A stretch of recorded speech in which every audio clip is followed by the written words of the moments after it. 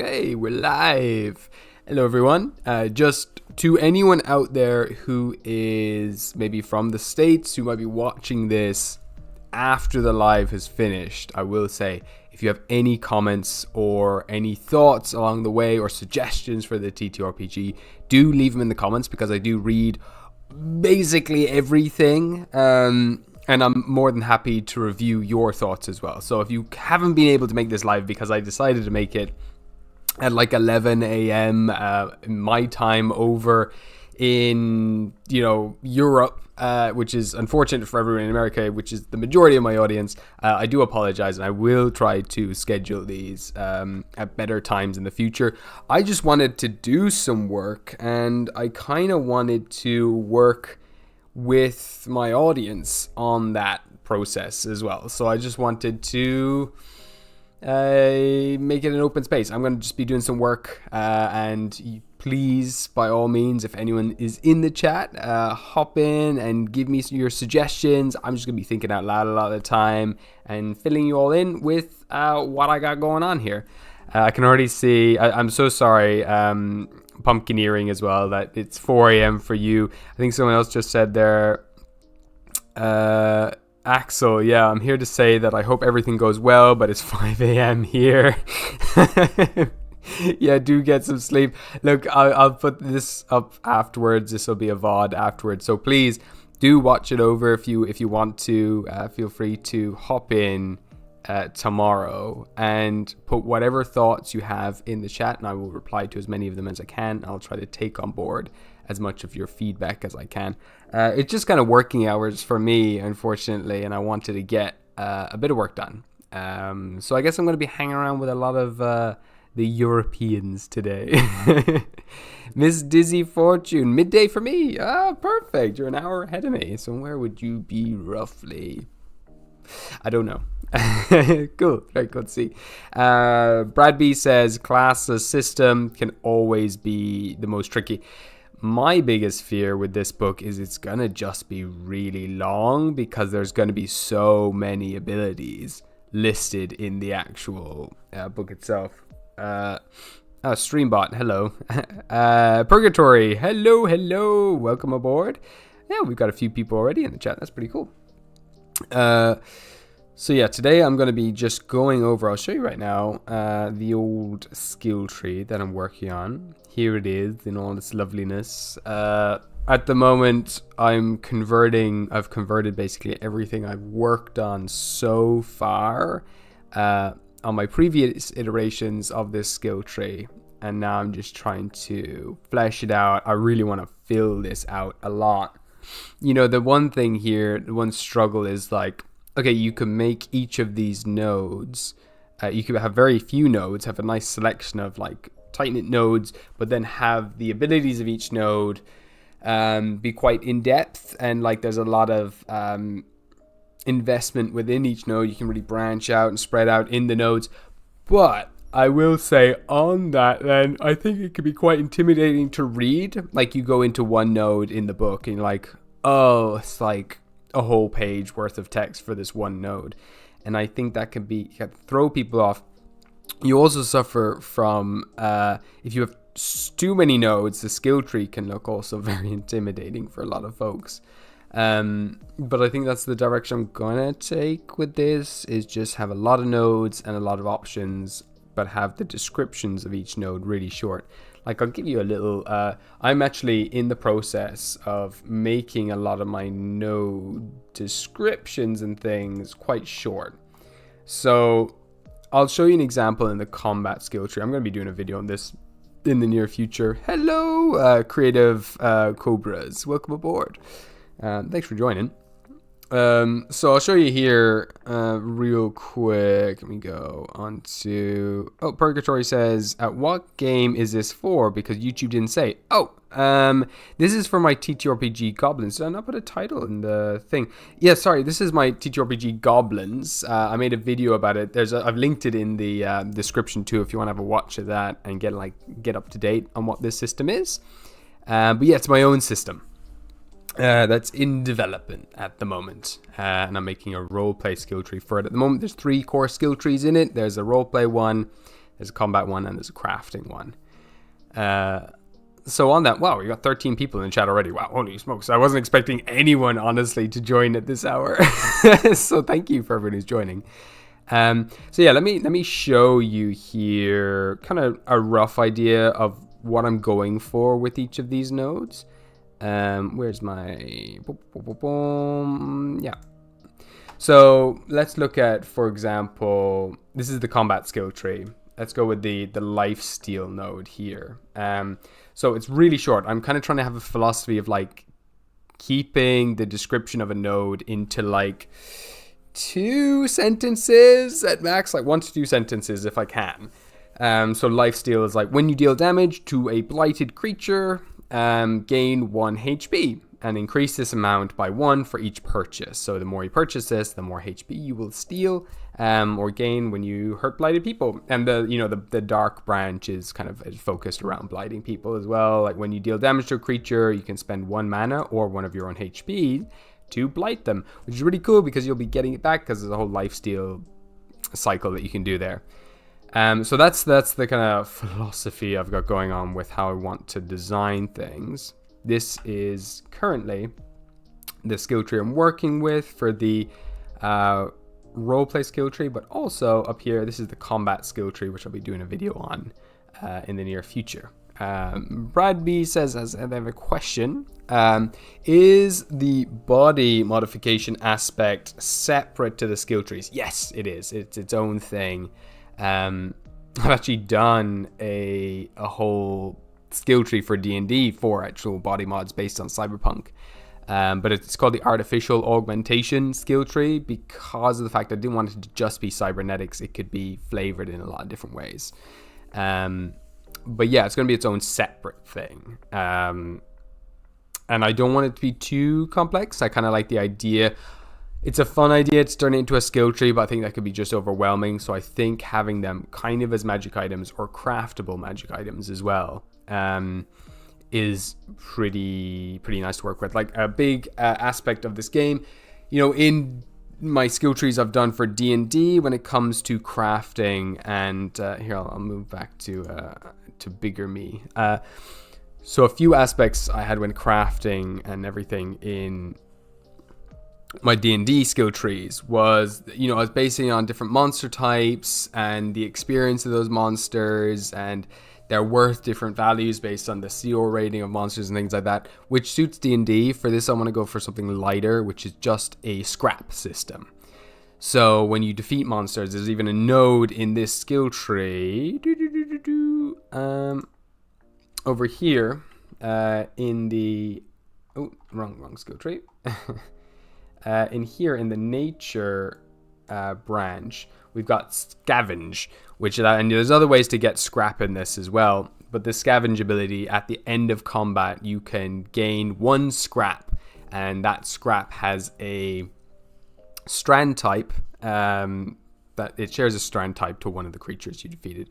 Every creature in this game has a strand type. Strands are the 9 kind of pillars of magic in the world. You've got them here. Actually, I've got a better description. These are the 9 kind of elements or magical forces in the world. You've got, and again, I'll do a big video on this in the future. We got nature, tech, weird, ice, storm, fire, holy, soul, and this one needs to be changed. I need to change the artwork for it. It's just a placeholder. And we have dark. So these are the 9 forces of the world. Every creature has one of these types. You, as an adventurer, gain more of these types as you adventure, and you draw power from these 9 elements that exist in the world. And so a big crafting system in this is based on scrap. You take scrap from foes you've defeated, and you can use that to craft things. So if you wanted to make a volcano arm or something like that, you might need 3 fire scrap, and then you could build a volcano arm. And that's how it's weird. Is weird spelled weird, or is it spelled W-Y or D? I really liked the weird, like W-Y or D, because that makes a lot more sense. I'm going to write that down. Currently it's just spelled weird, like W-E-I or D. I'm going to write down that because I do love the kind of like, you know, odd and weird as like magic systems and stuff. I'm not sure why this chair is squeaking. I don't know if you can hear that. That's the table. Okay, I apologize if you can hear squeaking throughout the stream. Purgatory says, I've been interested in D&D skill tree, D&D skill tree. That's why I clicked on the video. Yeah, you can check out. I've got a lot of videos where I've built D&D skill trees. If you want to check out any of those, there's a bunch of them that I've made, and they're all ready to play. This is now, I'm turning it into its own TTRPG at the moment. Creative Cobra says, it's good that it can stand on its own, but how would a likely DM add skill trees as a secondary system into D&D, I assume, because you're using the term DM. As a secondary system, people can still play classes, but one thing you can do, you can award people almost like feats, abilities from a skill tree. That's another direction you can take. You can use I've got lots of skill trees that work alongside class-based characters as well. There's a lot on my Patreon, and all of those work as a secondary thing, and they're just the rules are all in those, but most of those are on Patreon. You can check out like I've done one for Demon Slayer, like adding sword art techniques and stuff, which is very fun, and they're a bit more like, they're a bit lighter, so they're not as in depth as this. That's my thoughts, I guess.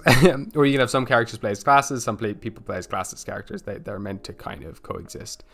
Purgatory says, I vote with Y.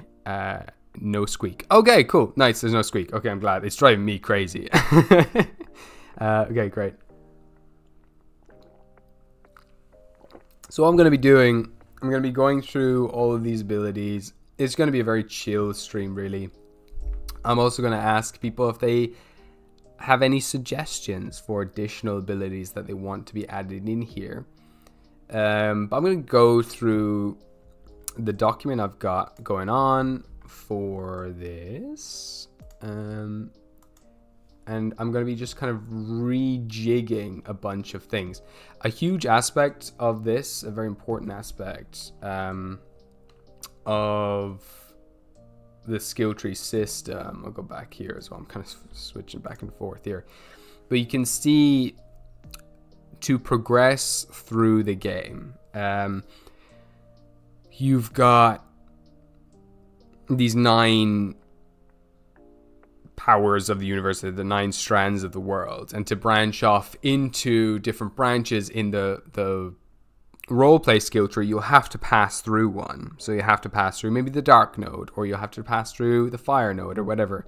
And when you do, all of these nodes in the roleplay skill tree specifically have these things called growths. And growths are basically like, I'll actually read you the description of them. So the description of growths are, they're kind of like a mini quest for your character. So when you purchase from a strand node specifically, so one of those these core ones here, like these are all strand nodes. When you purchase from one, you choose a growth listed in that the description of that strand node. One example might be like fall in love with someone who loves you. And when you complete that growth, you will gain 1 XP. When you get 5 XP in this game, you level up. And so the idea, narratively, growths are like these compulsions fed to you by the strands that you're drawing power from.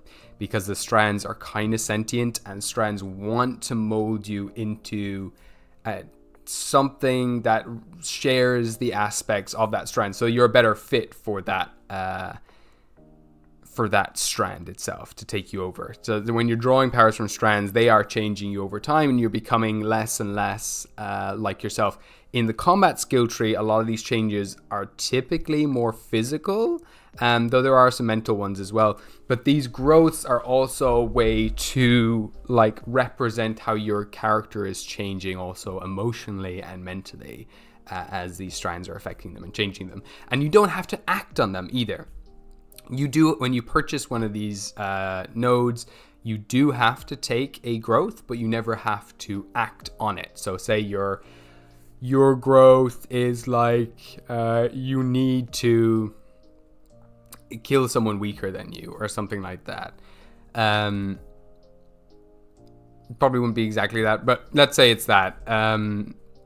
You never have to do that. You never have to act on it. But the temptation is always there that you will be rewarded with XP if you indulge in what these strands want you to do. So that's the idea. Let's see what else everyone else is saying. Purgatory says, so idea I've had for tech egg. You can then insturn various skills into your genetic attributes to have custom companion. I have a whole the original skill tree I had, there was a whole summon a node for summoning monsters and things like that. That's interesting. I actually thought you were going to say you can install skills into your character, which is actually a part of the cybernetic skill tree I made for D&D. Take it, use it because someone should. Interesting. Says Creative Covers. Brad B says Vagabond has a similar mechanic with perks, displaying prerequisites on what you must have before you get said perk. Is it necessary that the skill tree for the skill tree to be like a web? I want it to be like a web, personally. I think the aesthetic of the web is really fun. I think everyone else does just perks and things like that. I think they're a little boring and a bit more overwhelming, whereas the skill tree can kind of like guide you across it. And when you get familiar with the skill tree, you can take up a lot of traits in this, or your kin as well, the kind of creature, the race or species that you choose in this will also affect different starting points. So you might start somewhere completely different on the skill tree. There's ways to jump across the skill tree to get to certain perks as well. So that's not it's not super difficult to do. What happened to the poison air node? I removed them because I wanted to cut it down. I wanted to refine it. I thought there was too many, and I figured the poison one can kind of be covered by other aspects that already exist, as can the air one. The air just became soul. So I removed a bunch to refine it more. So going through here, I'm going to be coming up with some growths to which you can help me design. So let me move this over a bit so you can see a little better. There we go. So for example, one growth here for the fire skill tree is fall in love with someone who loves you. So has anyone in the chat got any ideas for other growths that you can think of existing in the fire skill tree? So for example, to give you a bit of a description on the fire node, let's go down here. Fire is kind of all about passion, revival, adrenaline, heat, power, rebirth, ambition, ignite, rage. All these kind of classic traits of what fire symbolizes. So you could have something like passionate.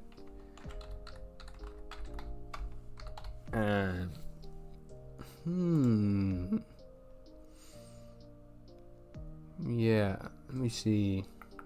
Passionate. I don't know. It's fun to just write stuff down and then come up with other things later. These are kind of these are like micro quests. But I don't want them to be something that's super easy to do. It's something you kind of would have to work towards a little bit. So you're not getting the XP like instantly as soon as you get the power. Some of them might be. Some of them might just work out that way. Hey Shadow God, how's it going? It's going good. We're designing the roleplay skill tree at the moment for Goblinz. Jealousy is interesting. Let's put jealousy in here. Yes. You're all going to realize how terrible I am at spelling. I like that. And I kind of like the idea that these growths kind of when you complete them, it's because that whatever that growth is embodying, like passionate or jealousy, that has completely overwhelmed you. So once, you know, jealousy has overwhelmed you, it's like, you know, it could be, you know, get revenge on someone who has broken your heart, or some, or stolen someone that you love, or something like that. Some kind of thing that you enact when this one growth overwhelms you. Growth sounds like a good, compelling, and could make roleplay really good if they act on it or follow it. Yeah, and you don't have to as well. They're not optional, but you can get up to 3 of them. And I think, you know, if I've learned anything, players will do anything to get more XP and potentially level up. They'll do some crazy stuff if it means they can get a level up or whatever. So that's just from my opinion. So I think it's a good incentive. It's like just enough, like you just 1 XP, which is like 1/5 of a level up, which is pretty significant too. But it's just a satisfying little thing. But you can only have 3 growths active at one time, so you can't be farming these like constantly. Mia Calimontes, I hope that I pronounced that okay, says, I love taking skills in different archetypes to make a nicher playstyle. I approve of jumping across webs. Thanks, nice. Yeah, I'm glad you like it. Another thing I'll have as well for newer players who might find this a bit overwhelming is in this game there'll be a lot of pre-builds too that are built around an archetype. So to like start you off with something familiar, like you could start with a gunslinger and it'd be like, oh, just take these nodes. So you just take these nodes, they're already listed, here are the abilities, and they'll bring you up to like level 2, and then you can go from there. I've already built like a bunch. There's like the berserker, there's the healer, there's a bunch of other ones, but yeah, basic kind of mage stuff. So that will also be there, these little kind of starter packs that you can install into your character sheet and play straight away. Miss Dizzy Fortune says, inspire someone / group of people to change their life for the better. Ooh, let's put that in a holy node. So that I love that. Perfect. I've already got one called guide. So let's say inspire. How did you say it? You said it really well. Someone or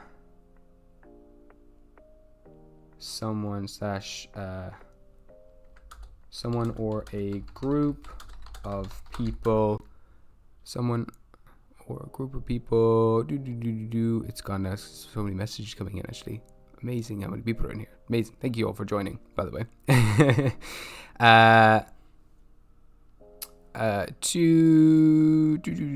I lost it again. Immediately lost it. I had it there, and oh yeah, there we go. To change their life for the better. I love that. That's beautiful. I've got what's it called on here. That's popping up Grammarly. Inspire someone.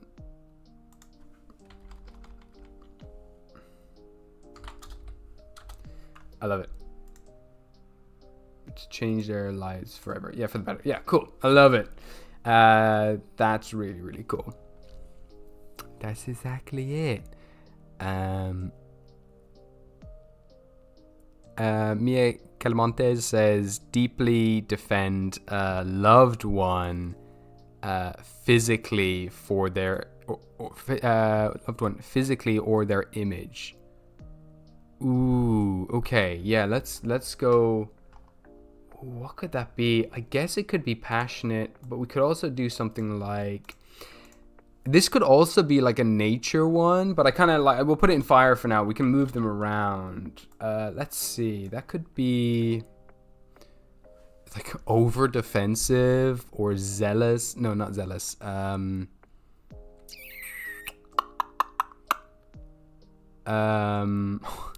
This is very fun.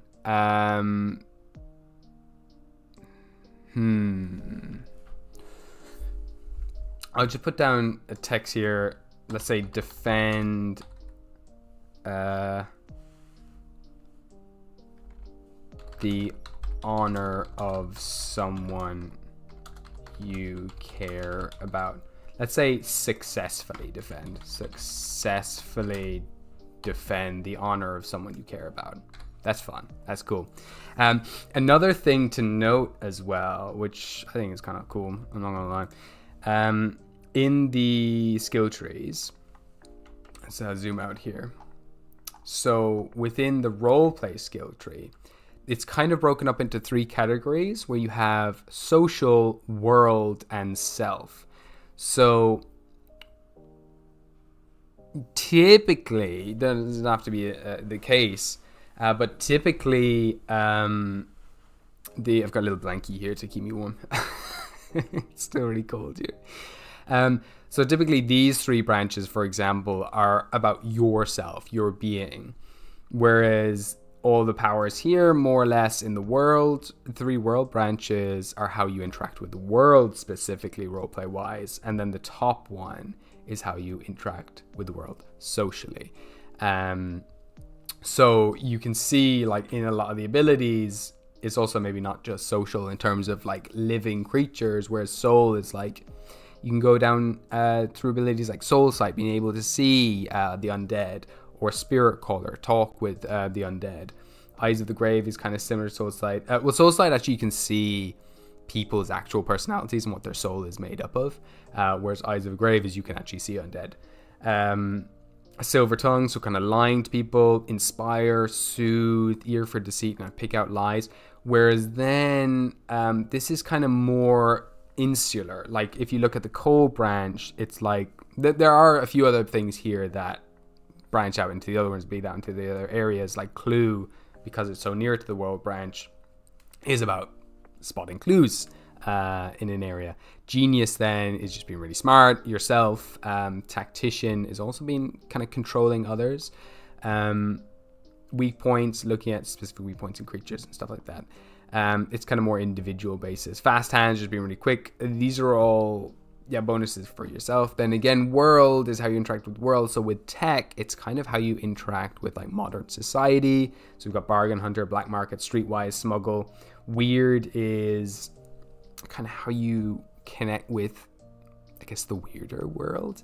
So slippery mind, defending yourself against psychic forces, that kind of thing. Cutting words, imposter. Imposter, just pretending to be someone else in the world.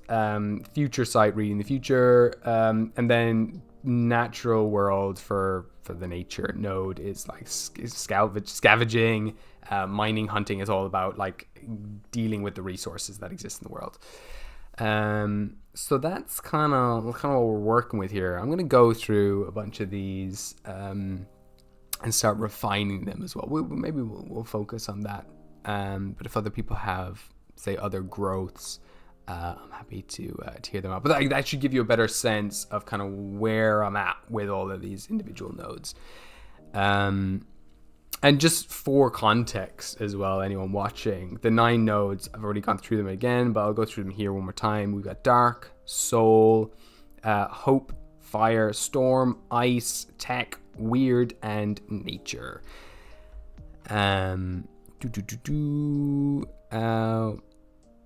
Brad B says, heartbeat could include a deep brotherly platonic bond. Yeah, absolutely. And I want to try to keep them as open as possible, so they're kind of easy. They can be interpreted in a lot of different ways. I'll put down though in brackets, this does not have to be romantic, because I think that's nice to specify that. Romantic? What's wrong with that? No? Okay. Whatever you say. This doesn't... Yeah, I'll just put it like that. This does not have to be romantic. I like that. I like that a lot.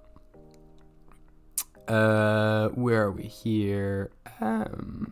Brother/sisterhood could be a good name. I still like Heartbeat, though. That could be a fun one as well for like another power. Intense rivalry is fun. Rivalry is a good one. I'm gonna put that down. We're gonna put that in. We'll go all the way down here. Oh my god, so many nodes. Nature. I've got alpha and nature. I'm thinking of real primo ones for nature, which is fun. Obviously, you can do other things like, you know, work with the natural world. But I like rivalry, actually. Rival.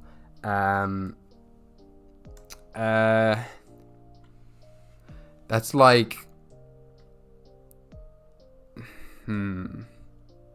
It's like you want to create a rival, but also have them see you as a rival. Form a rivalry with someone who also considers you their rival. Something like that is kind of fun. Form a rivalry with someone who also considers you their rival and equal.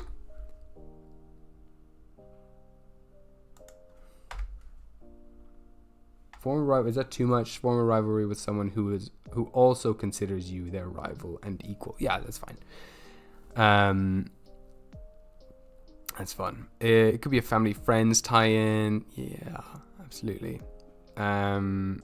Montez says maybe another social for the fire node could be earn someone's approval to surpass someone's expectations. I had that actually. Surpass someone's expectations actually is perfect for cold, for ice, which is all about kind of perfectionism and that kind of stuff. Let's do that. Let's go with like underdog or something like that. Surpass someone's expectations of you. Far surpass. Yeah, let's go with that. We'll call it something like prodigy or something. Prodigy, something like that. Well, we can change up these names later. That's really fun. With the soul slide, did you tie into jutsu? Did you tie that into jutsu?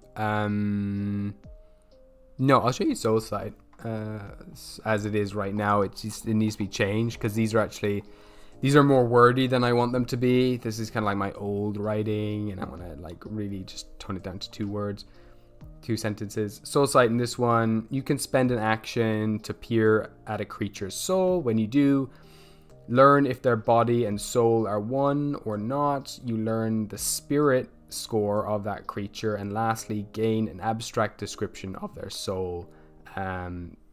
Gaining an insight. Gaining insight into their personality, history, or intentions. Example descriptions could be like white smoke is restrained within a rigid structure, cockroaches fleeing from burning wood, a lightning storm along the horizon, stuff like that. They're kind of fun ideas for the description of their soul. So that's a really flavorful one. I really want them to be flavorful and interesting, not just like, oh, you get advantage on these kind of checks. I want them to really be like evocative and exciting to get. Bradby says ambition would be to rise the rank, collect wealth, achieve a certain level of fame. Ooh, let's go with that. Let's go. That could be a fire one again. They could also be fire ones. Let's go with this. Let's go with storm and just make it. I think ambition is a fun one for storm. Ambition.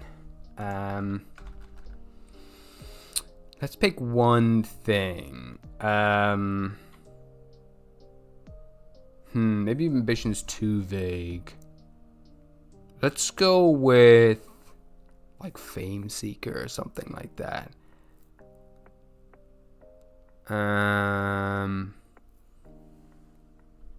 Let's say become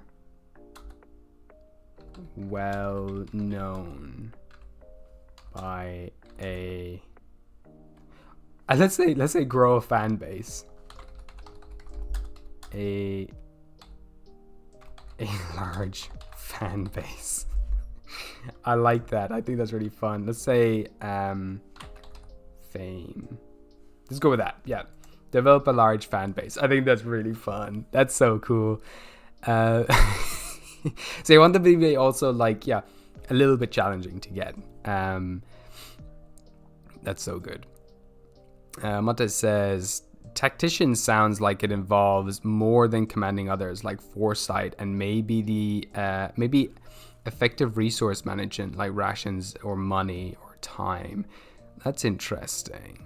I like that could also be like a node connected to it. Interesting. I think I can't make that yet until I develop exploration and stuff like that a bit more and how that will work in the game. I have some rules and a rough basis, but I've got to convert it all over and I'll start rewriting it to fit this system specifically. And once I develop that, I'll probably be able to make a node specifically for that, which is nice. Daniel Fazio, hello. Daniel, good morning. Good morning. Hello.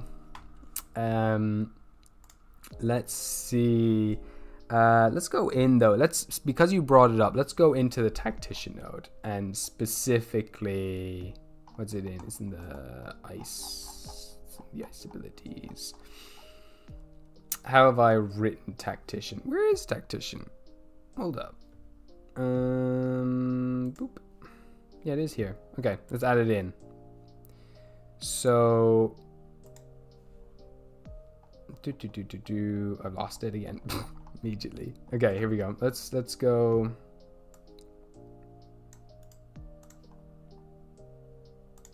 Let's just add it here. Tactician. Let's go with 2 or 1. Yeah, we'll go 1 for now.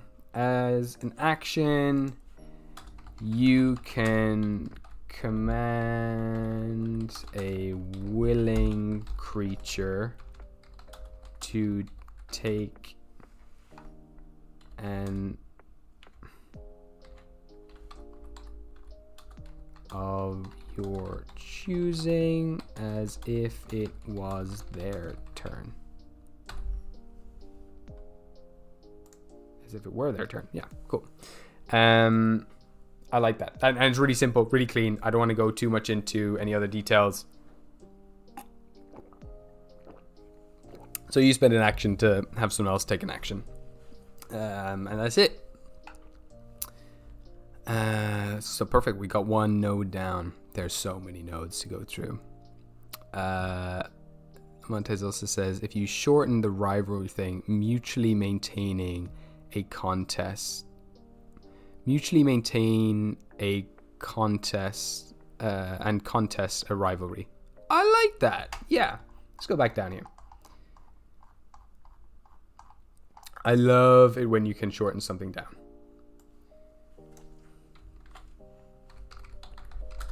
Maintain and contest a rivalry. That's cool. That's great. Clean. Love it. Damn, you're great, Montez. As I'm watching, this is making I'm making chainmail. Oh shoot, that's so cool. Is there anything in crafting? I'm not touching the crafting skill tree yet, but a lot of the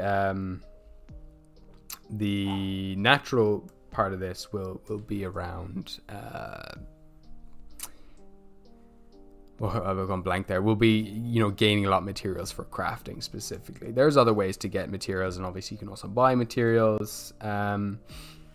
One thing, I was like halfway through writing this one. So once per day while traveling, you can mine for ore. When you do, roll in the common ore table below, gain 1 ore. If you purchase from this node a second time, you can choose to instead roll on the what's the word? What do I use for it? It's like common something magical. Have to go to another document. Yeah, let's go here. Boom, boom, boom, boom. So many things. Let's go into my older roleplay skill tree. Let's open this up. Actually, this will be easier to find stuff. Precious. There we go. This is where it does the game. You can roll on the precious or table. If purchased third time, you can roll on. You can instead roll on the magical ore table. If you purchase this node a second time, where you can choose to instead roll on. Does it need instead? I don't know. Yeah, I'll put it in for here. Okay. There we go. That's a mine node. And basically the forage is very similar. Except it's for plants. So once per day while traveling, you can forage for plants. When you do roll in the common plants table and gain 1 plant.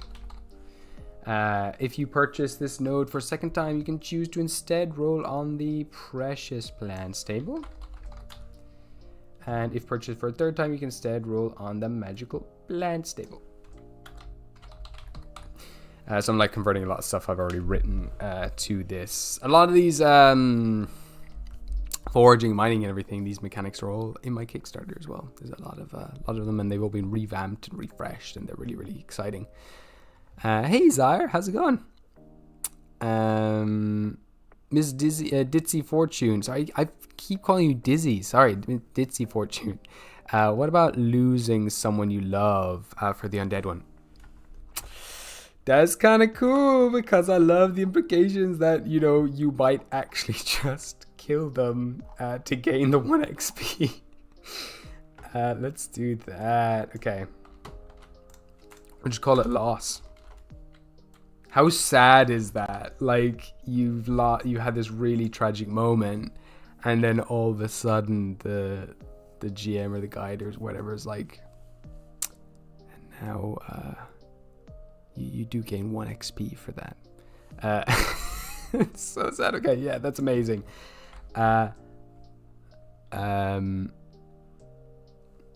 Lose someone you love dies. That's it. Someone you love dies. Yeah, okay. How does black market work? Good question. How does it work again? Let me double check. Black market. When you purchase this node, you can choose 1 item. You can always sell that chosen item for its full price. Additionally, in large settlements, you can always source illegal goods. See illegal goods information. Let's get rid of that. Hyperlink. For now, just get rid of it. Okay. Okay. Let's just. Okay.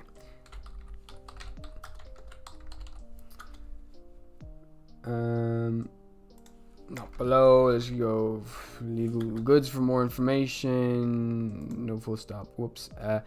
The amount of each illegal good available to you isn't up to the guide. I don't think I need. I don't think I need that line. I think it's too much. And I don't think I need this either. No. That's a bit cleaner. So black market, you can always sell an item full price, and also you can also source illegal goods. Maybe these should be 2 separate things. Maybe in any large settlement, you can always source. Maybe just in any settlement.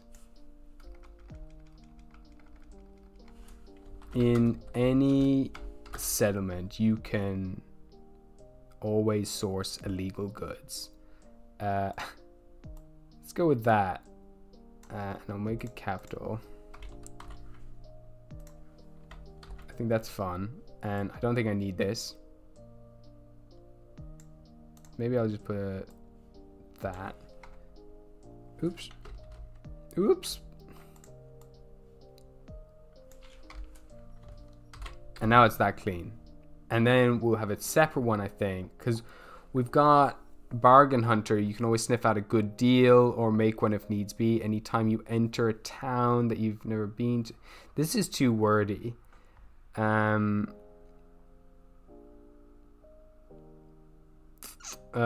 you walk into an establishment.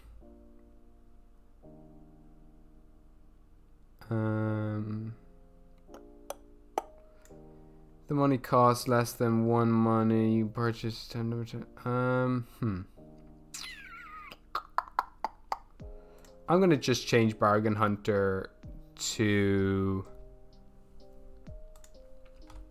Let's go with. Let's just say you. Once per day, you can always find a better price for an item. Let's just go with that. Once per day, you can always find a better price for an item. Yeah. I think that's enough. I think that's enough. And then maybe to like give people a little more. You may choose one item. You can always sell that chosen.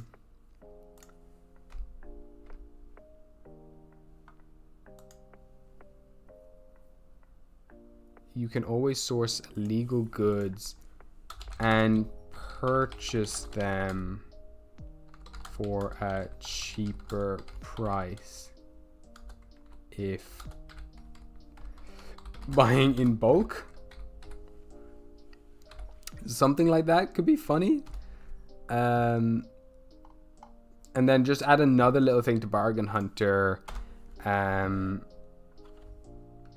Once per day, you can sell an item for its full price. Something like that. Yeah, once per day, you can sell an item for its full price. It looks weird with the two once per day. Let's say once per day you can always find a better price for an item, or sell an item for its full price.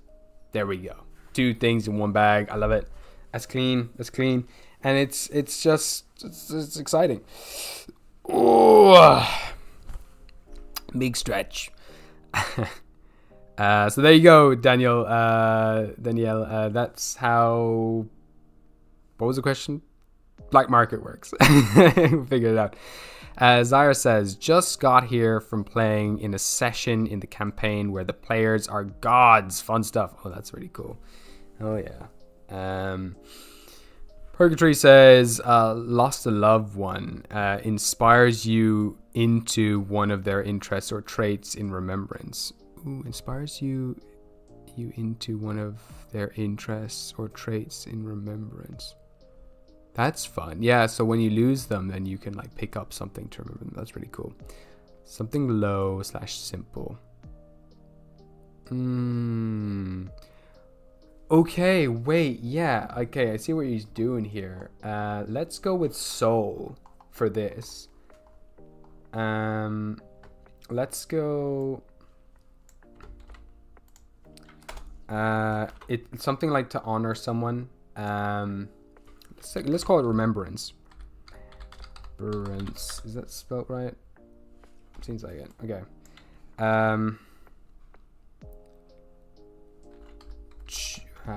Let's say purchase a node that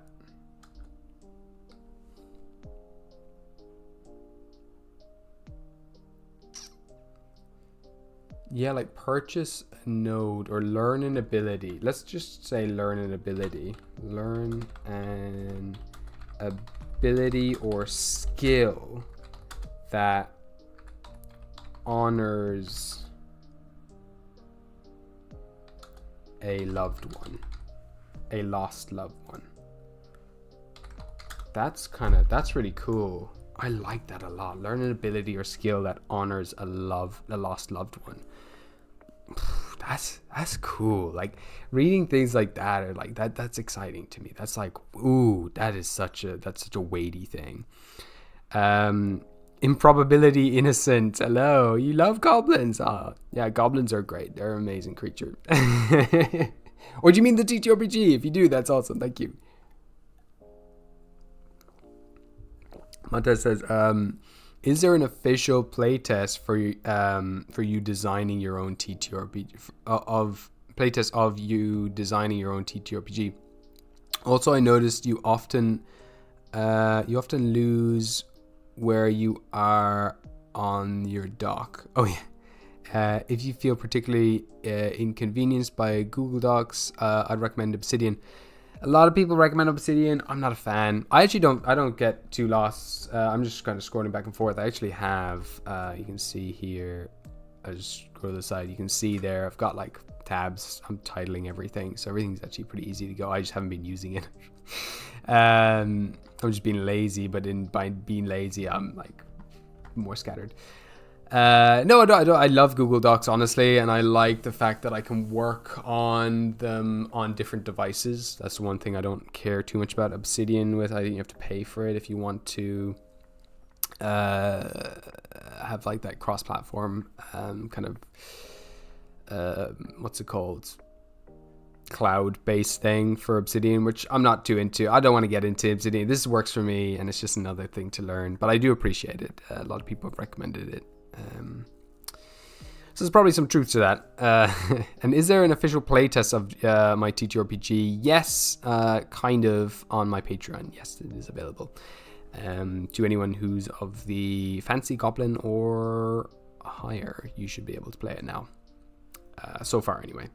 But I'm compiling. Once I've done this roleplay skill tree, my next plan is to put together an actual official PDF kind of playtest. I gotta make an adventure for it, and I'll put it out there to the world for people to try.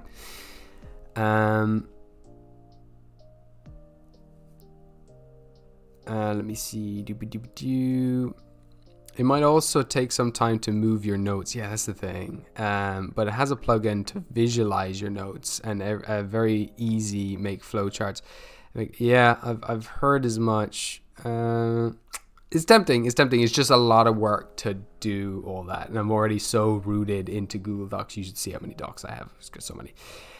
So I'm just, kind of on the fence about that.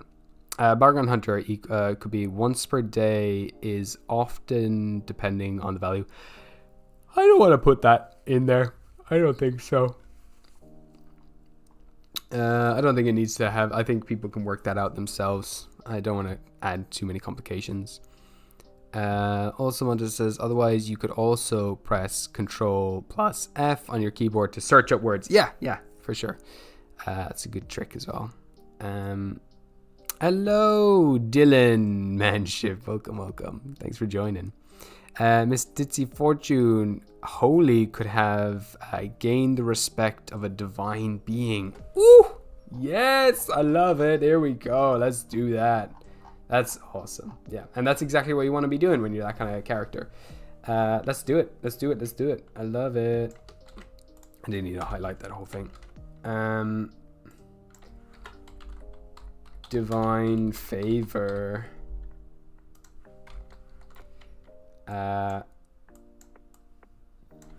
Gain the respect of a powerful divine being. I love it. That's so fun. Right, let's have a read through some of these things. We've got hope. You can spend 2 actions to choose a number of creatures. A number of creatures. Get out of here, Grammarly. A number of creatures you can see equal to your spirit and have them each gain 1 luck. Very powerful. Hope is very, very powerful, which is why it's worth 3 roleplay points. You can do this a number of times per day, equal to the number of times you purchase this node. Yeah, I'm happy enough with that. Captivate. While outside of combat, you can attempt to captivate an audience. Any creature you can see whose spirit is lower than yours becomes captivated by you for up to 10 minutes. So a lot of these roleplay things, use the spirit stat here, which is the kind of roleplay stat, essentially. Any creature who can see you, whose spirit is lower than you, becomes captivated by you for up to 10 minutes, so long as you can remain actively performing in some way. I think I could leave it there. At the end of the performance, all captivated creatures are now charmed by you. Excuse me. While charmed in this way, they idolize and adore you. Always speaking well of anyone of you to anyone they speak of. These effects end after an hour, or if you harm anyone, you can use this a number of times per rest. I don't think I need to put a limit on this. I think I'll just make it as is, like just like that. I think I'll just be like, yeah. What's this thing? Okay, let's give me a suggestion. While outside of combat, you can attempt to captivate an audience. Any creature who can see you, whose spirit is lower than yours, becomes captivated by you for up to 10 minutes. So long as you remain actively performing in some way. I think that's fun. I think that's perfectly fine. I don't think I need to add any more. I think the more you add as well, the more you take away too. You take away what people can add to that. So I think captivate, perfect as is. Okay, what else do we have to add to fire? We have hope, passion, assertive, and masterful aura.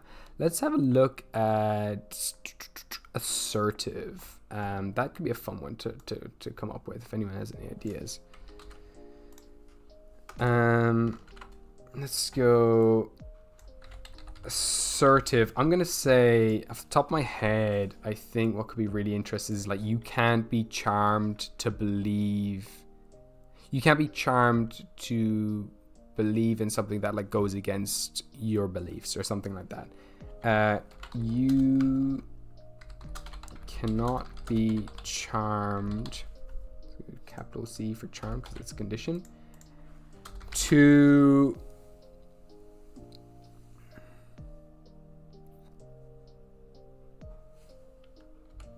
act in a way that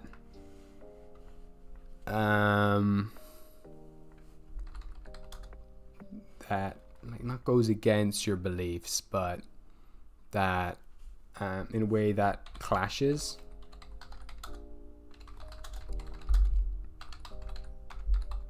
Yeah, something like that. You can't be charmed, ignore that. You can't be charmed to act in a way that clashes with your beliefs. I think that's just fun. It's just, it makes you just very strong in character. Zyre says, I can relate to the feeling of every second draft being about making whatever I wrote less wordy. Yeah, right. And D&D is so wordy, but so this is like coming from D&D, then I've changed it and shrunk it down more, and now I'm like going back over it again and be like, okay, how can I make this as light as possible? Captivate, in my opinion, doesn't need performing. I can captivate people with passion or an interest. That's true. Let's get rid of this. Let's just get rid of that line. Yeah, 100%. You're so right. Any creatures who can see you, whose spirit is lower than you, becomes captivated you for up to 10 minutes. Let's say so long as you are actively doing something to gain their attention. So long as you remain actively,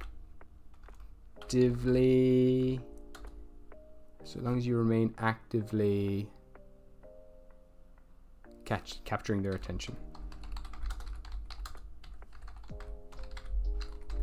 Yeah, you're so right that it shouldn't have a performance. I can captivate people with passion of an interest. Yes, absolutely, 100%. That's so true. Okay, assertive is nice and clean. Another ability then is passion. So something to do with like while pursuing a passion, you do so and so. Passionate. I'll change it as well in the document. No, I think passion actually. Let's go with just passion. Let's see what we get with passion.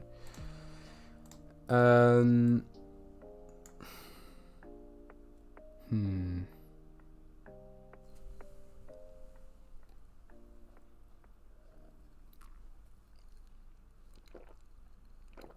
know, the easy answer is be like, you know, while you're pursuing a passion, you choose a passion, and while pursuing it, you get a bonus, you get advantage on rolls or something like that. Thank you, Purgatory. You like my less is more idea for your descriptions. Yeah, I find, first of all, I hate seeing a wall of text. I'm like, I don't want to. I just ignore the power. I'm like, I don't want it now. Yeah, if you get, but the thing is, if they can be short and evocative, they'll excite people more. And when they're lighter, especially when it comes to role play as well, you want them to be as light as possible so that they're not getting into in the way of how you want to play it. Passionate already has been taken by the fire node. Passionate, yeah, true. Actually, passionate is a thing here. I haven't actually chosen a thing for passionate. I've written it down twice. Oh yeah, wait. This shouldn't be called passionate. This should be called successfully defend the honor of someone. This should be, I'll just call it defend for now. I don't know what, I'll change it to something else later. But yeah, we've got passionate, you're right. So we could do passion. To do a passion towards a loved one or an interest. Yeah, exactly. But what could that power be? Zara says also trying to add setting specific concept in a natural way is challenging, but also so rewarding when it works. Yeah, I should do that more with this skill tree, is add more setting specific abilities in here that really captures the concept that this world is connected to Earth, and that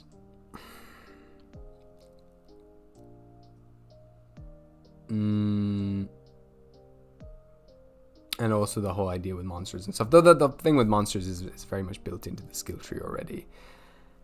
Yeah, it's a tough one. Passion could also be obsession. Like, if we were going with obsession, like, you know, kind of everything about a topic. You learn everything there is about a very niche topic. That's just a fun one. You learn everything there is about a niche topic. Yeah, let's go with that. Let's get rid of passion and change it into obsession. Or it could start as passion. Ooh. It could start as passion and become obsession. That's kind of fun.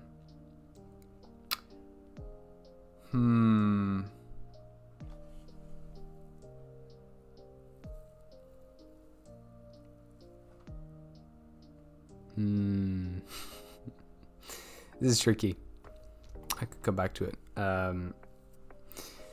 Miss Ditsy Fortune says cold or mechanic could have a discipline thing where you control yourself from doing where you control yourself from doing something you want. So like you prevent yourself. Wait, you control yourself from doing something that you want. Oh right, yeah, prevent yourself. Okay, yeah, no, I like that. I love that. That should, yeah, I think that's a really good one for maybe mechanic, actually, like for tech. Yeah, I like that. Let's add a new one. Let's call it restraint. Prevent yourself from pursuing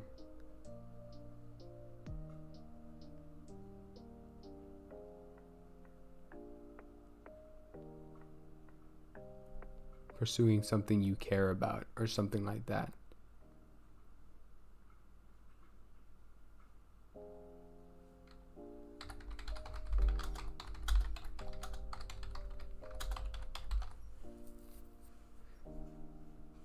Or it could be really sad. It's like give up on a dream or something.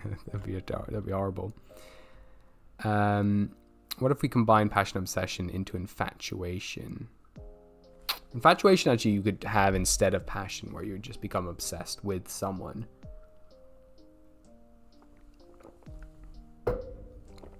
Though, yeah, infatuation to me is kind of more specific to an individual rather than a topic or anything like that. Finally, mechanical representation of my neurodivergent characters. There you go. I love that. Let's see here. Yeah, let's change passion into like you said there, infatuation.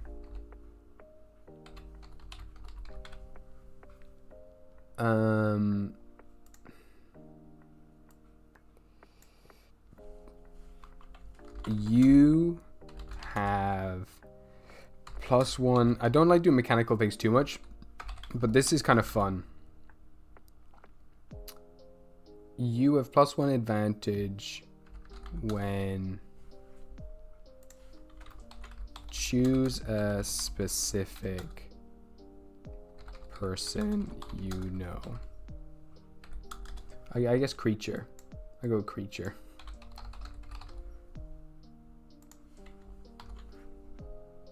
You have +1 advantage when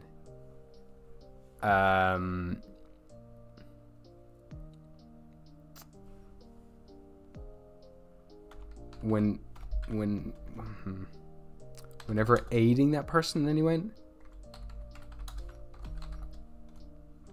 +1 to roll. Sorry. Rolls that detect that individual on rolls, yeah.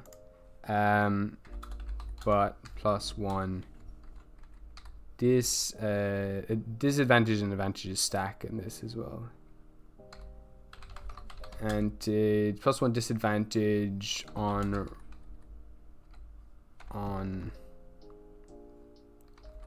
rolls when socially interacting with them. Let's go with that. That's just fun. That's a fun one. Choose a specific creature you know. You have advantage on rolls to protect that individual, but have disadvantage on rolls when socially interacting with them. That's fun. I think that's really fun. So actually I'll go back here to the skill tree, and we're going to change passion into infatuation. Whoops. Make that a bit bigger. We'll shrink it down. Okay, it's infatuation, and we'll just add another one. We can arrange these later in better ways. And we've got the other one was passion and obsession. And there we go. Cool. This is looking fun now. Hope we've got all of these. Assertive, we've got obsession. These are really, really fun.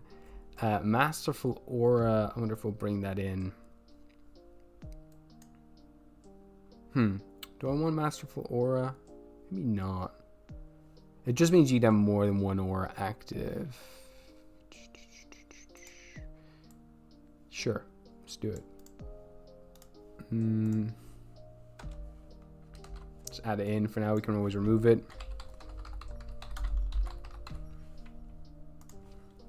I don't know if I want auras in this or not, but we'll see.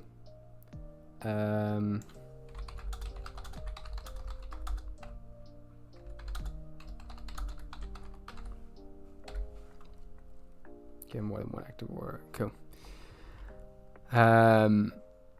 Fixation. Ooh, that's maybe better actually. What if we combine passion and obsession, infatuation with fixation? And fixation is fun. That could also be another one. Mysticity fortune. Restraint could be a phrase like resist an alluring desire. Ooh, that's fun.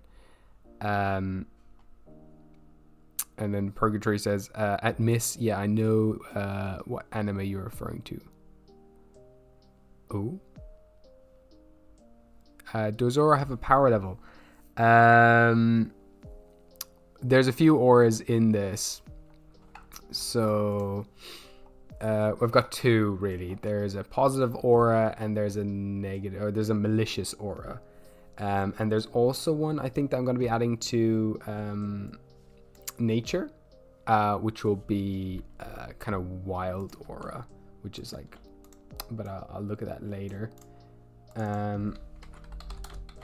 So the positive aura gives little buffs to people in the aura.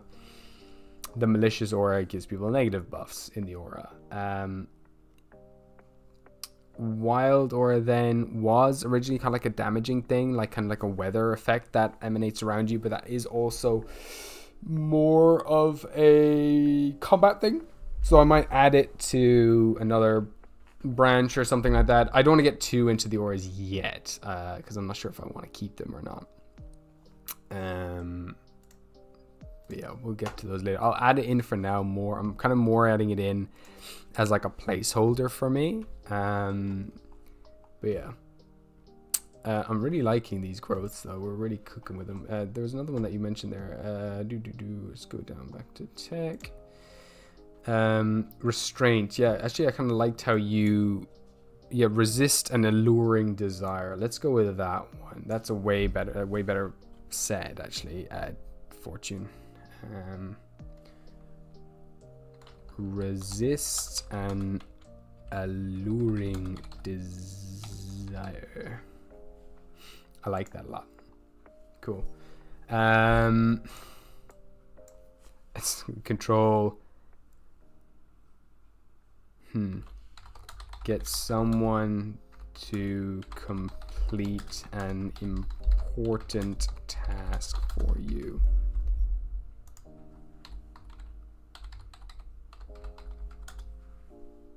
Something like that is kind of fun. Get someone to successfully complete an important task for you. Yeah. Yeah, cool.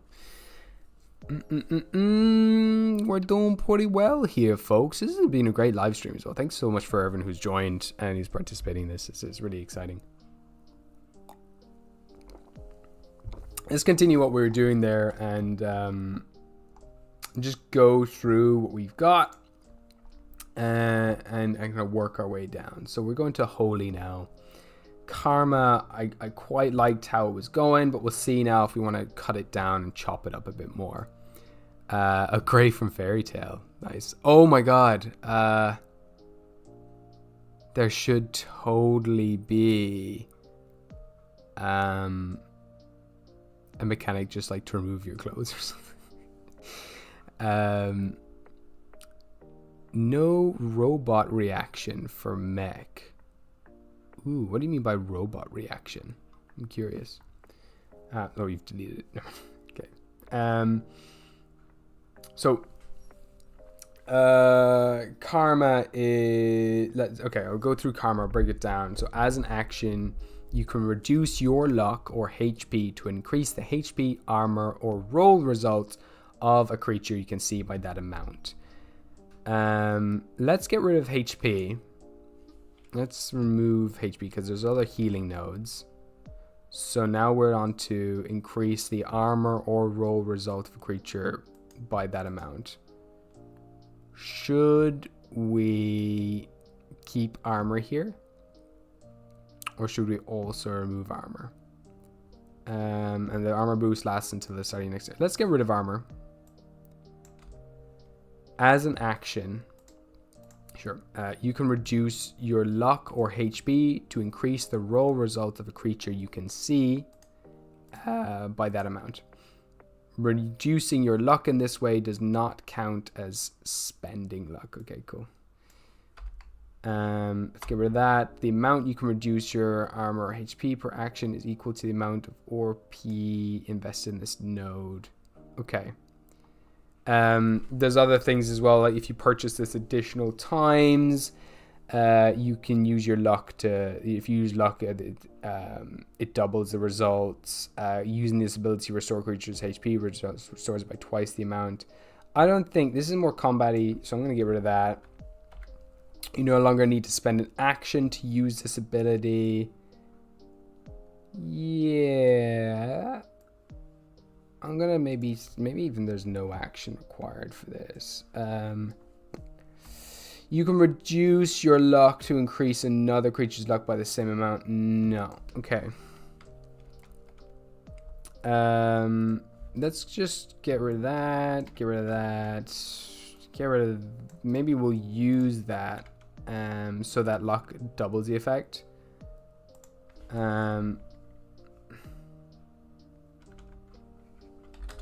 Or twice that amount if spending luck. If there's a reason why I said if you reduce luck in this way, it doesn't count as spending luck. I can't remember. I'm just gonna get rid of that because I don't know why it's there. The amount you can reduce your luck or HP per action is equal to the amount of ORP invested in this node. I think that's fine. And that's all we need. I think that's pretty nice. So you just increase someone's dice roll by spending your own HP or luck. I think that's okay. I think it's very powerful.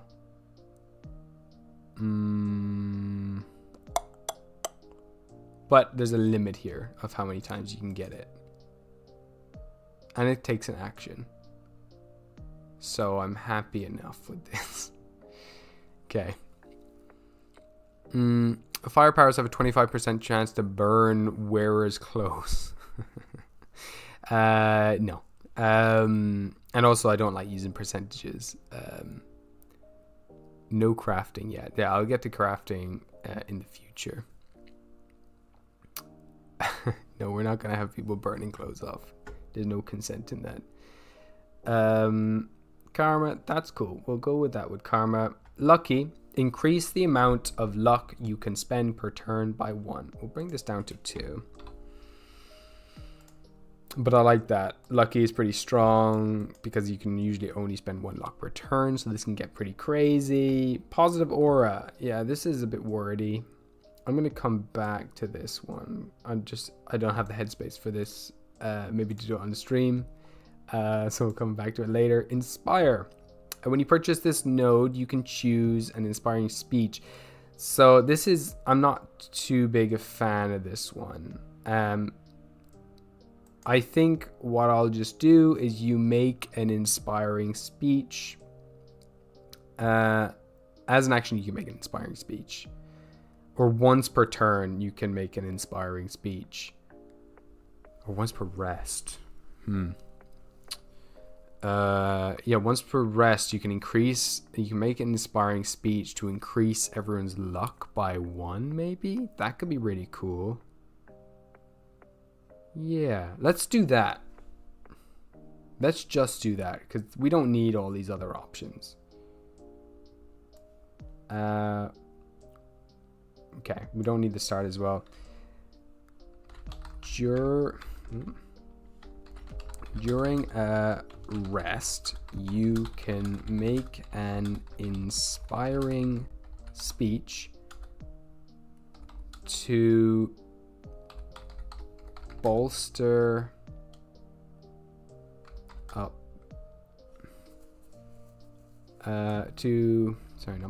increase a number of creatures luck by 1. Oops. Increasing number of creatures luck by 1. Yeah, there we go. Number of creatures locked by 1. Equal to your number of creatures equal to your spirit. Spirit. I think that works. During a rest, you can make an inspiring speech to increase the number of creatures locked by 1. Number of creatures. Sorry, increase.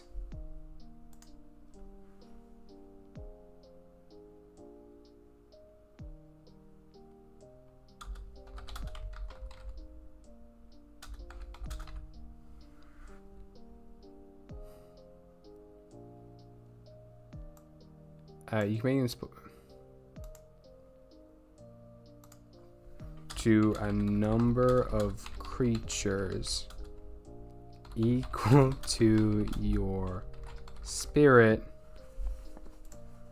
During a rest, you can make an inspiring speech to a number of creatures equal to your spirit and increase their luck by 1. There we go.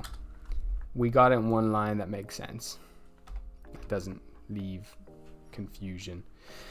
Okay, I like that. That's clean.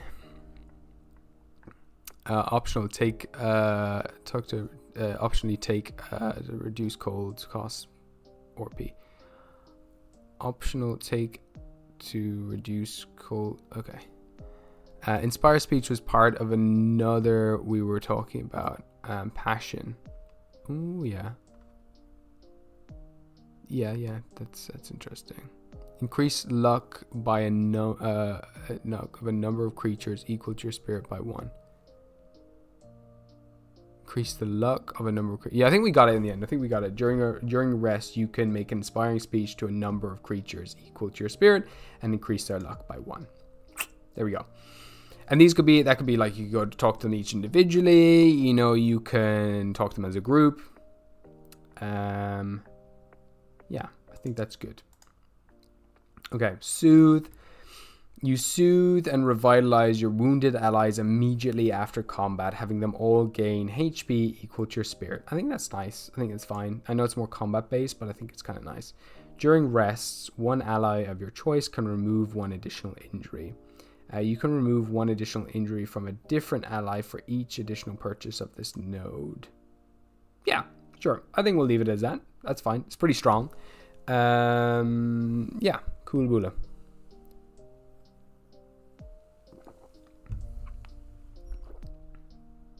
Or maybe we'll just get rid of this. I do like the idea that you can purchase at additional times. You cannot repair missing limbs in this way. Whip. Okay, now we're on to dark. Dark deal. I really like this. So I was half considering adding dark deals, or this is basically, you know, from Blades in the Dark, you can make these devil's bargains. Oh, soothe, is it? Oops, thank you. There's an E at the end. Nice. Thank you very much, Big. Okay, so yeah, there's these devil's bargains in... Is there a transfer woods? What does that mean? Wounds. Oh, that's interesting. No, there's not, but that could definitely be an unholy one, maybe. Ooh, that's interesting. Is there one for injury specifically? I don't think so, but I'll keep that in mind. I'm gonna write that down.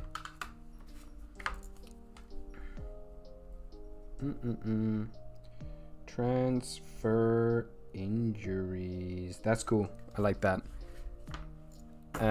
Ooh, you know, an upgraded version of Soothe could be...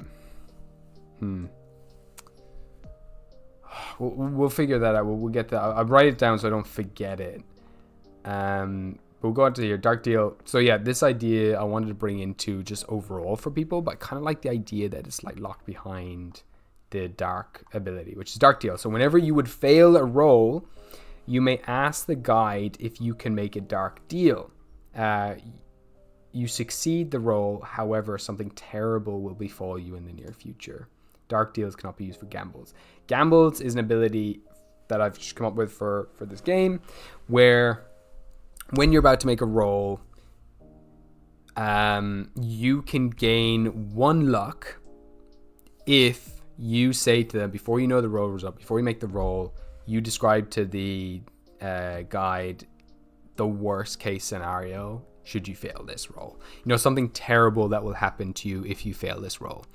And, you know, when you do that as well, you can't spend luck on those rolls, and you can't use dark deals for these rolls. So it's down to the dice roll, down to your skill, if you succeed or fail here. You gain 1 luck regardless, but if you fail, the worst thing that you come up with then comes to bite you in the ass.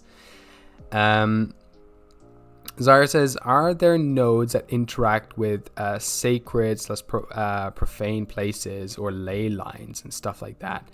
No, but maybe there should be. Maybe that could be a nature one for sure. I'm up for ideas. I'm happy to add new things into this thing as well.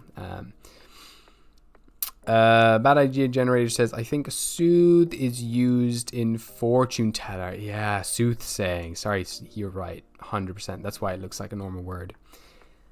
Okay. Guile then. This was another one that was like a core ability, but I've gotten rid of it now. So now I think for Guile. So let's have a look at it. When you purchase a node, you can gain one of the following abilities. As an action, you can add your exploit bonus to skill checks mid result with the following skills: aura, deception, mimic, reaction, sneaky. Okay. As an action, I'll get rid of that. Get out of here. Okay. As an action, you can add your exploit bonus to your will. See, there's not a bonus for exploits. Oh no, exploit actually is in the combat skill tree. Yeah, it's here. Exploit. When you get a rad roll against a blighted creature, deal 1 additional damage to it. Increases damage by 1 for each purchase. That's very specific. And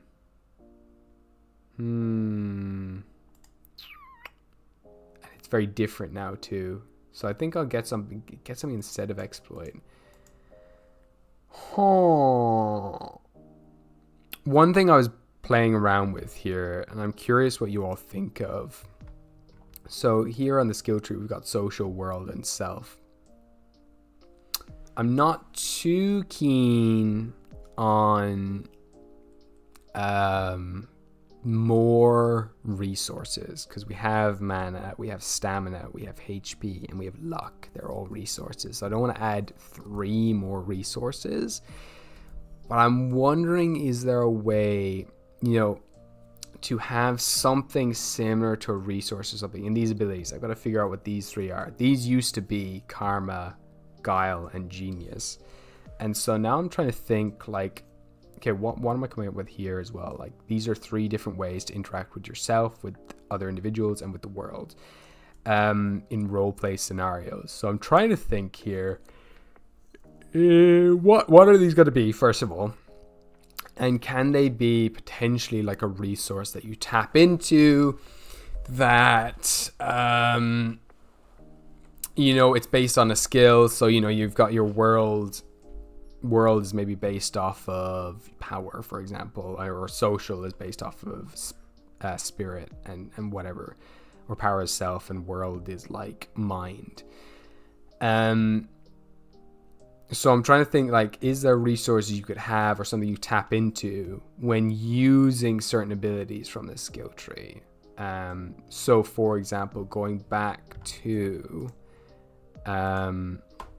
guile here, like, you're adding your exploit bonus to these things. Should I have something here like, could be like, add your social bonus to blah, blah, blah. I'm just trying to think how I want to use this node, and also how I want to incorporate social, world, and self And am I going to rewrite everything after I come up with what social world and self are? Because these are new things I've come up with recently. I should stop for lunch soon. Let's see. In many cultures, places of magical power are used to empower mystic practices. But I see balance issues in the game form, so I'm leaning towards enhanced restoration instead. Interesting, so you can go to these places of power to restore your abilities. That's kind of cool. Maybe I want to use scrap more as well as an ability. Aura would be one in my opinion. In regards to wound transfer, that's yeah, okay. I'll put that down as a note that could be an aura. That's cool. That's really cool. They would have a cost or something. I mean, yeah, you could like if someone gets injured, you can transfer the injury onto you or something like that.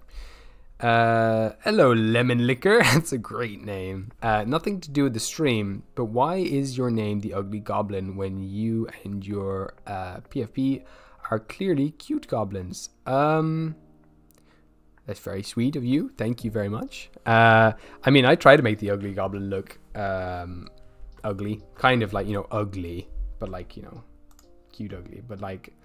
The idea is that they can look cute. I mean, he's become much cuter over time. Like, this is him now. But, originally, I mean, we've got this image. And, I've got a bunch of artwork I've been drawing for my Kickstarter book. I'm trying to find some of them. Let me just go. Goblin. I got an example, like when he does his kind of grin is kind of what I imagine the ugly form to be.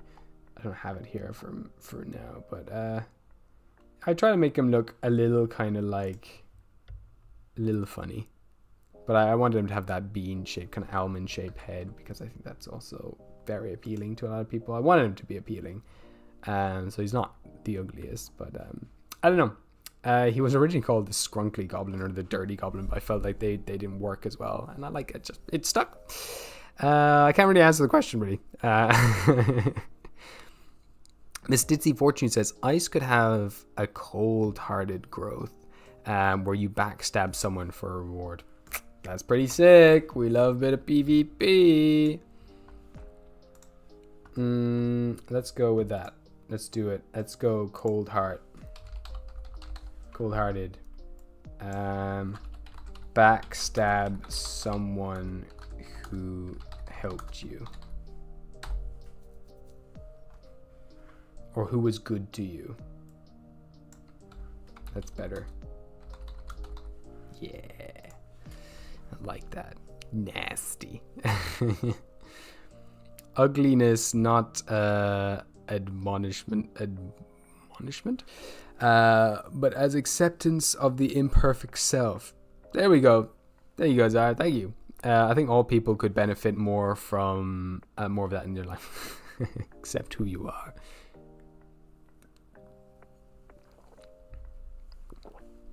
PvP stands for peak, very peak.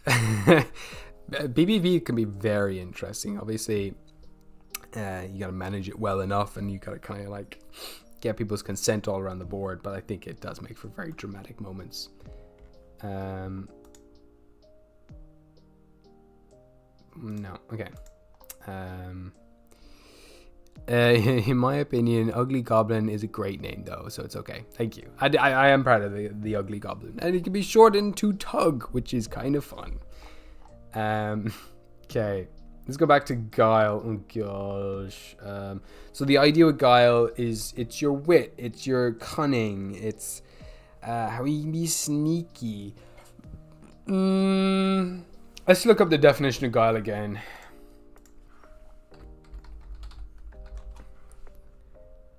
Dishonest, cunning, deception. Yeah. I think something like maybe it's not something that gives you a bonus to it, but it could be like when you successfully deceive someone, gain 1 luck or something like that. Yeah, you're rewarded for it, kind of. So yeah, when you successfully outwit, maybe not, deceive someone in an important situation, gain 1 luck.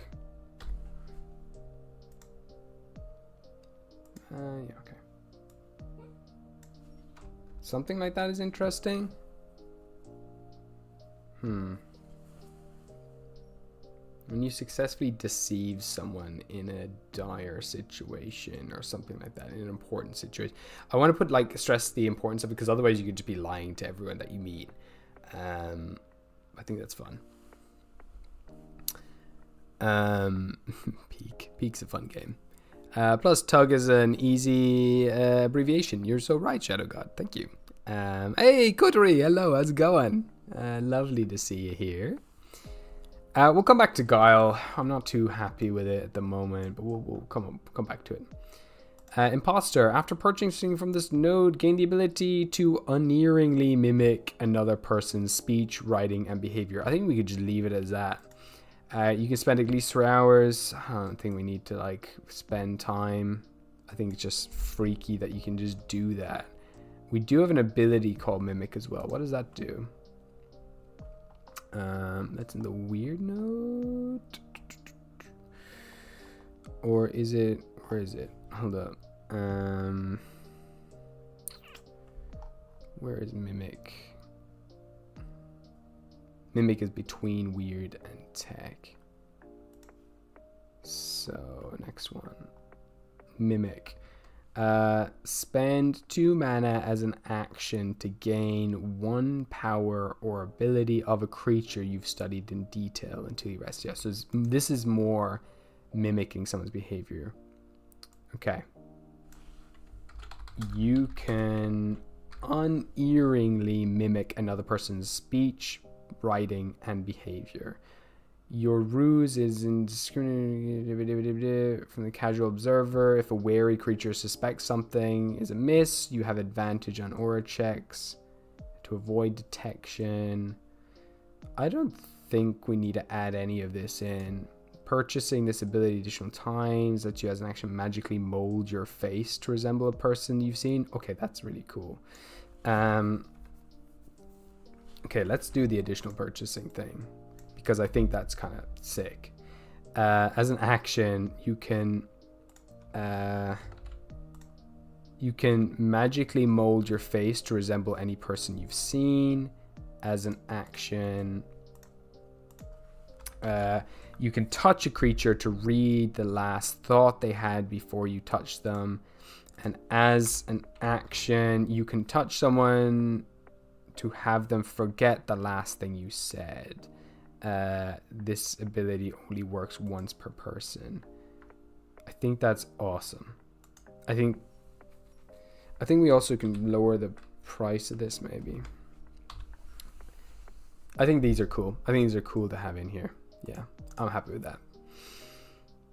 Okay, we're moving on to Shadow. When you are in an area of dim light or darkness, I'll just say you can have an additional... you can use your action to turn invisible while in a dark space, maybe. I don't want to have darkness and stuff like dim light in this until you move or take a new action.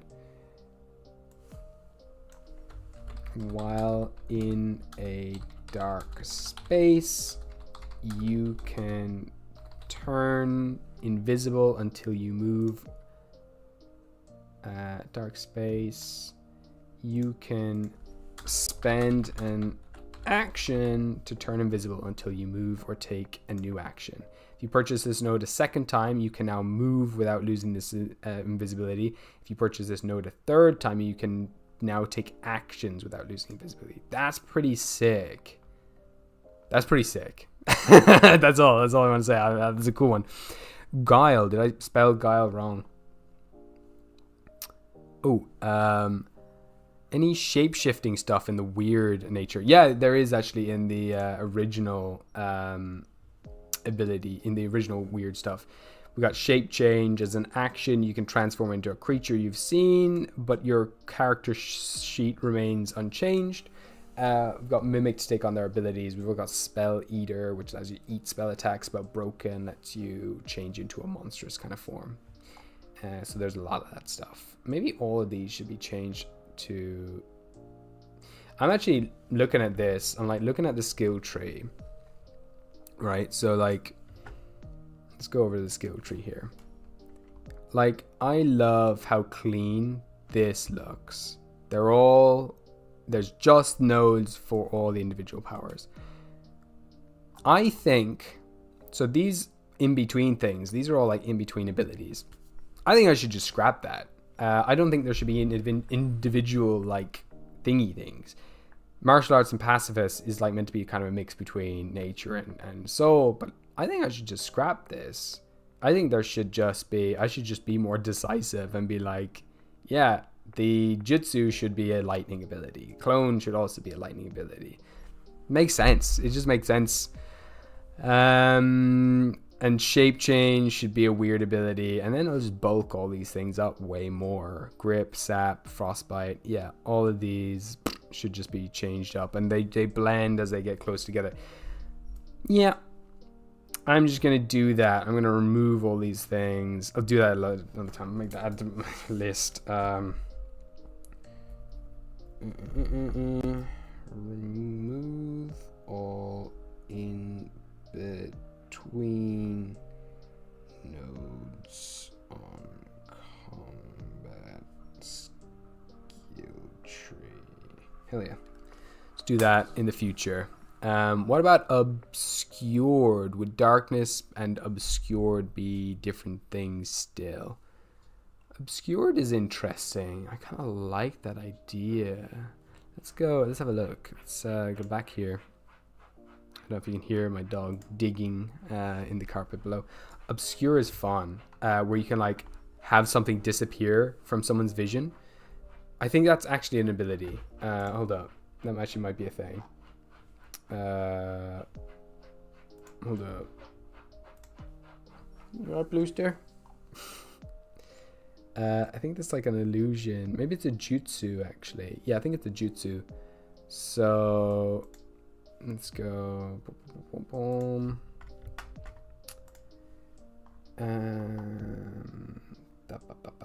Jutsus. Hope, regen, ignite, holy, protect, rise, dark, gills, ice, weird void, warp tech, play. There we go. Jutsu. Here we go. Jutsu. Yeah, vanish, become invisible at the start of the next turn. Illusion. Yeah, make yourself or an object you're holding appear, feel, smell, and sound like something of a similar size until the end of the turn. That should be something that should be moved over. I think some of these jutsus could definitely be like moved over. Let's go with that. Let's change that up. Let's just remove it. So this is lighter then as well. That's kind of funny. Ride also could be moved over to like lightning, just as its own ability, I think. Vanish, smoke bomb, shadow step, substitute, and that's it, I think. Let's take illusion out of here.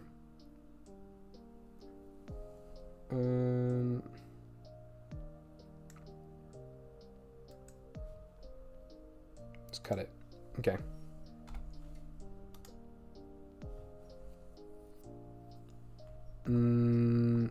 Okay, just gonna add it here. Let's go with illusion. Okay. Make yourself or an object you're holding. Not yourself. Make.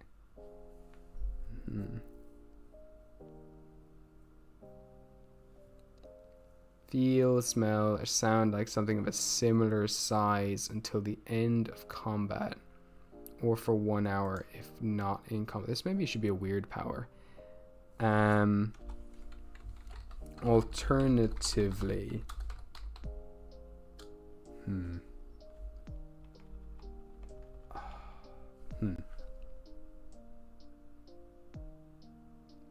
make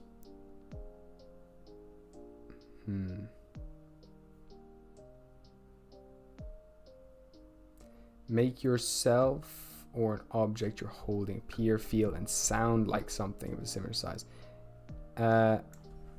Make something as an action. Make something in your possession. In your possession. Oops, I think I spelled that wrong. Yeah. Possession. Feel, smell, and sound like something of a similar size until the end of combat, or for 1 hour if not in combat. Yeah. Or so long as you remain in contact with it. Let's get rid of it until the end of combat.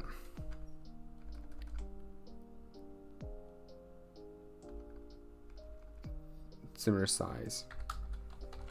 This effect lasts until you use it on something else or lose. This effect ends if you use it on something else. If you use it on something else. This effect ends if you use it on something else, or after 1 hour if you lose contact with the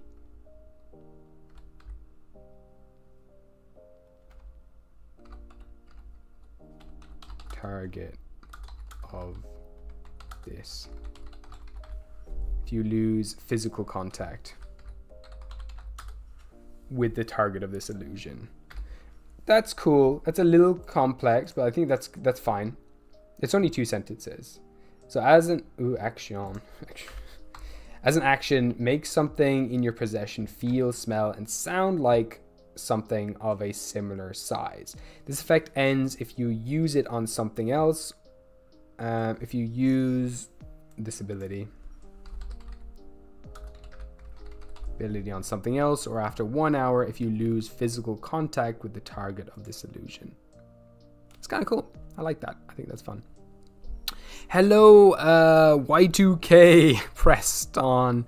We're going through one of my skill trees for my TTRPG, Goblinz. We're going through all the details of it. We're working on this skill tree. I think this is fun. This illusion is fun, but I'm going to move it into weird, and I'm also going to have it cost. I'm going to add the cost, which is 1 or P. I think that's cool. I'm going to cut it, and I'm going to bring it down to weird. So I think you could do with some fun stuff here. Illusion, and we could also have, like you said, obscure. Obscure usually comes from stuff like a fog cloud. I think the idea of obscured is also really cool, that you can just have something vanish from sight. I might steal a little idea from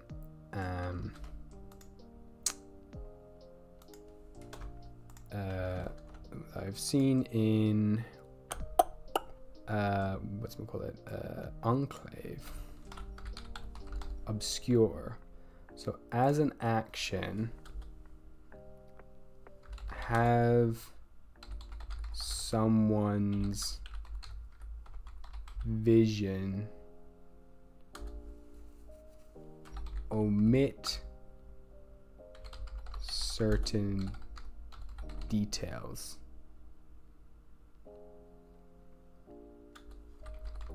until the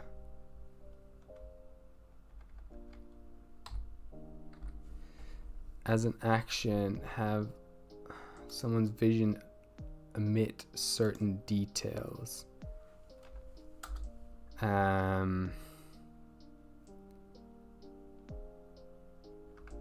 Something like that is kind of cool.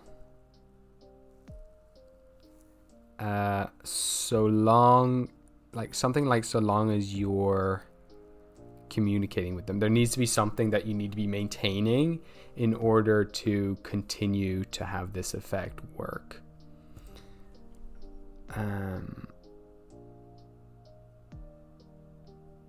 Zara says, I personally dislike putting discrete units of time on ability durations unless it has a good lore reason for being specific, like a spell formula. I agree. I don't like to often put a timer on things. Maybe I could for the illusion, just like I think it's fine for this. I think it's not. I have tried to avoid time as a whole. I think actually by removing the time, it actually I think people have to be more creative with this ability. So this effect ends if you use this ability on something else, or if you lose physical contact with the target of this illusion. I think that's fine, actually. I think you're right. I think by removing that, people can start to get a little cheeky with it. Also, the smoke bomb coterie, there is an ability for smoke bomb, which is a jutsu. As an action,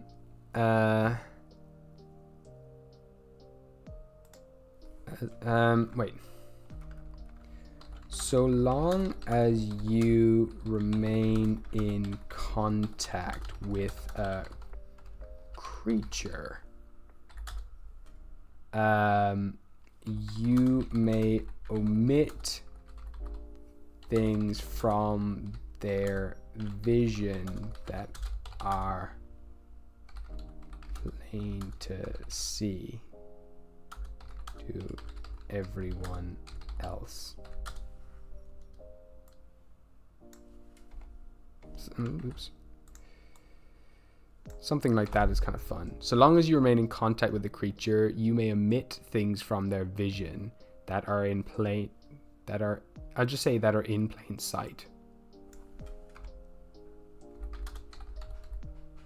Is it plain sight or plain sight?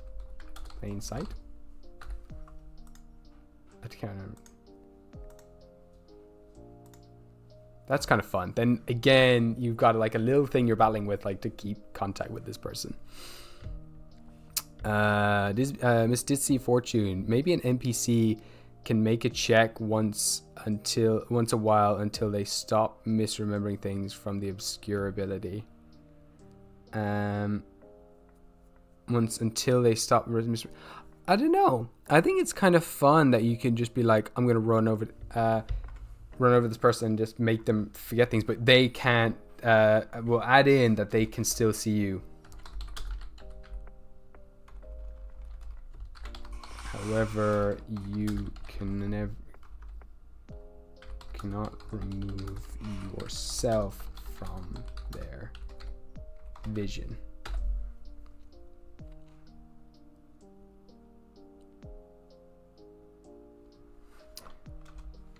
If you purchase this node a second time, you can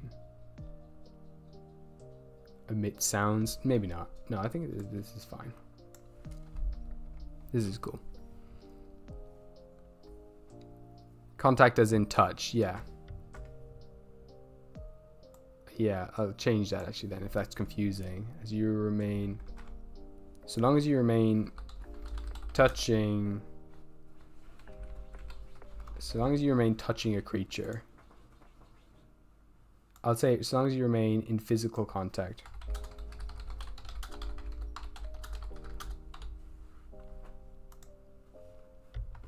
Yeah, okay. I think that's fine. Cosplaying as the silence with help from the party. Cosplaying as the silence. Nice. What are you doing, Brewster? You digging? Digging a hole. Zara says, make them unable to see themselves so they can trip out. Unless you want to forbid that. Maybe actually, yeah, you cannot. I think it's fine if they can't see themselves, and you could play that in other fun ways. Cosplaying is the silence from the other party. Nice. While touching a creature. What have I said? So long as you remain. Let's say that, yeah. While in physical contact with a creature, you may omit things from its vision that are in plain sight. However, you cannot remove yourself from their vision. I think that's cool. Nice. This is like, what have you got there? A smoothie, but it's an ability. Creature, yes. Nice. Okay, we're doing pretty well. We're doing a lot of work here, which is great. I might finish up this, though, pretty soon. I've been really enjoying the stream, but maybe we should start. I also gotta pee, and I also gotta go make some lunch soon. Kind of gaslight a guy into thinking he's a vampire because he can't see his reflection. Yeah, right. It's exactly what I think. That's a harmless thing to leave in there, but you could have so much fun with it. That's so fun. That's what I want. That's exactly what I want with these abilities, is that they, they excite you when you see them, and you're like, I want to use that thing. That's a really cool thing. And rather than like, oh, this gives me a little bonus to whatever. Let's add in obscure and illusion to weird. So, we haven't added any of these, but ooh, imposter's also here.